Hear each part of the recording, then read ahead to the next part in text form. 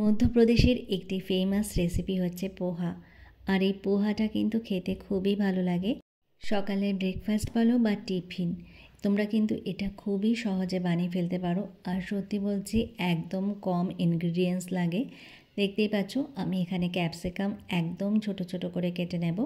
আর সামনে একটা গাজর নিয়েছি। এই গাজরটাকে কিন্তু আমি একটুখানি ছিলে তারপরে একটুখানি গ্রেট করে নেব। গ্রেটার দিয়ে গ্রেট করলে কিন্তু এর টেস্টটা একদমই অন্যরকম হয়। তোমরা চাইলে আরও কিছু ভেজিটেবল অ্যাড করতে পারো। আর তোমাদের কাছে যদি ধনেপাতা বা কারি পাতা থেকে থাকে তাহলে কিন্তু অবশ্যই অ্যাড করো। সত্যি বলছি, এই ফ্লেভারটা কিন্তু খুবই ভালো লাগে। আমার কাছে ছিল না, তাই জন্য আমি এটা স্কিপ করে গেছি।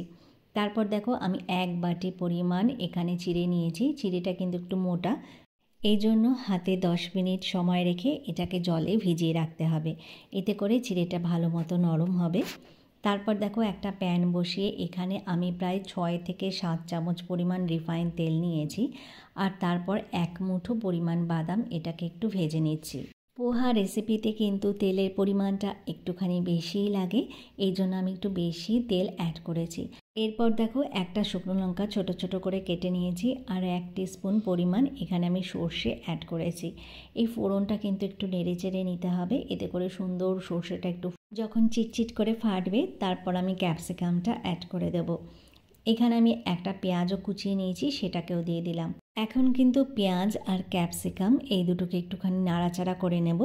এই পর্যায়ে যে গাজরটা গ্রেট করে রেখেছিলাম সেটাকে আমি অ্যাড করে দিচ্ছি। এই গাজর, ক্যাপসিকাম, পেঁয়াজ কিন্তু আমি একদম ডিপ ফ্রাই করব না, এটাকে জাস্ট একটুখানি নাড়াচাড়া করেই ভাজতে হবে। তারপর যখন একটু ভাজা হয়ে যাবে এই পর্যায়ে আমি একটু হলুদ দিয়ে দেব। এখানে কিন্তু 1 টিস্পুন ভরে হলুদ দিতে হবে।